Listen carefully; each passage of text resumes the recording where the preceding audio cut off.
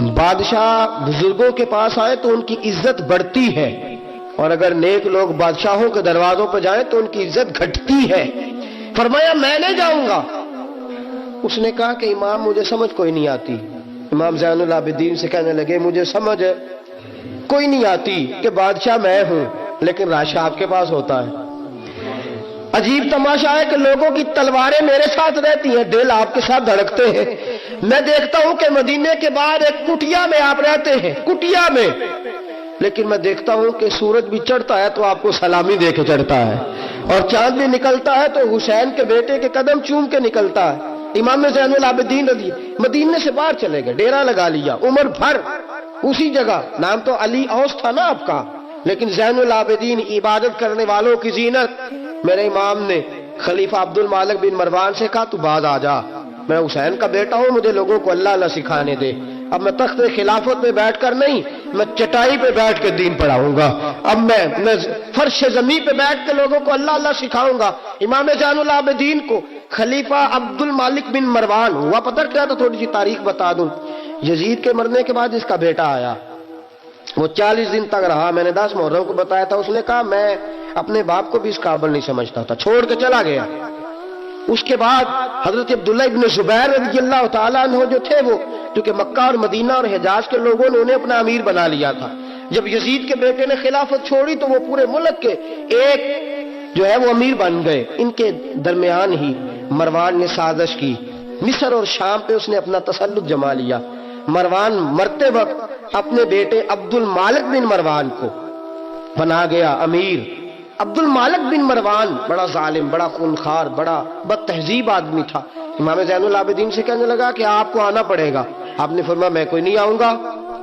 اس نے امام زین العابدین کو گرفتار کرایا۔ بہت سارے بزرگوں نے لکھا ہے، بالخصوص امام کشیری نے رسالہ میں لکھا، گرفتار کرایا، ہاتھوں میں بیڑیاں، پیروں میں بیڑیاں۔ امام زین العابدین جس طرح نکلے تھے نا کربلا سے اور دمشق آئے تھے گرفتاری کے عالم میں، اور پھر دمشق سے مدینے آئے تھے، اسی عالم میں پھر گرفتار کرایا۔ اور خلیفہ عبد الملک بن مروان کے سامنے جب امام زین العابدین پہنچے تو آپ نے کہا کہ تو نے دیکھا ہے نا میرے باپ کے قاتلوں کا کیا انجام ہوا تھا، تو نے دیکھا ہے میرے باپ کے قاتلوں کا، بعد آ جا۔ اس نے کہا کہ یزید کے پاس طاقت تھی، اس نے آپ کو گرفتار کرا لیا تھا، اب میرے پاس طاقت ہے، میں نے بھی گرفتار کرا لیا ہے۔ امام زین العابدین سے کہنے لگا آپ کے پاس طاقت ہے تو دکھائیے، آپ کے پاس ہے طاقت تو دکھائیے۔ امام زین العابدین رضی اللہ تعالیٰ عنہ نے فرمایا تجھے کہا چیلنج نہ کر، میں درویش ہو گیا ہوں، ایک طرف لگ گیا ہوں، ایک کونے میں جا کے بیٹھ گیا ہوں، مدینے سے باہر جا کے میں نے ڈیرا لگایا، بس مجھے اب چھیڑ مت، مجھے اپنا کام کرنے دے، مجھے لوگوں کو دین سکھانے دے، اللہ اللہ بتانے دے، تو جان، تیری حکومت جانے، تیری سلطنت جانے، میں تیرے کام میں دخل نہیں دیتا، تو میرے کام میں دخل نہ دے، مجھے اللہ اللہ کرنے دے، اللہ اللہ کرانے دے۔ کہنے لگا میرے پاس طاقت ہے، میں نے گرفتار کر لیا ہے۔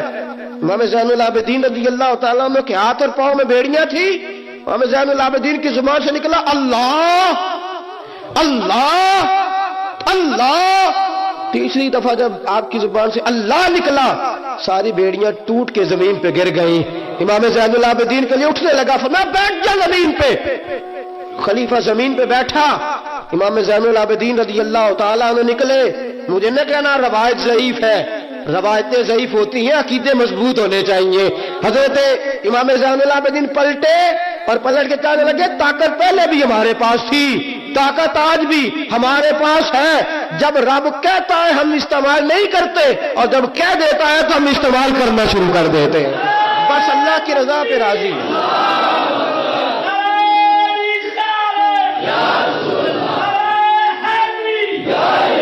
جب اللہ کہتا ہے تو استعمال کرتے ہیں۔ امام زین العابدین خلیفۃ المسلمین امیر المومنین امام حسن کے بھتیجے جناب علی کے پاس 3 سال رہے تھے، وہ تو کٹ گئے سارے، لیکن میرے امام زین العابدین اگرچہ حکومت نہیں لی لیکن دلوں پہ حکومت کرتے رہے، دلوں پہ۔ یہی خلیفہ عبد الملک بن مروان، دیکھو کہتے ہیں جادو وہ جو سر چڑھ کے بولے، اور حقیقت چھپ نہیں سکتی۔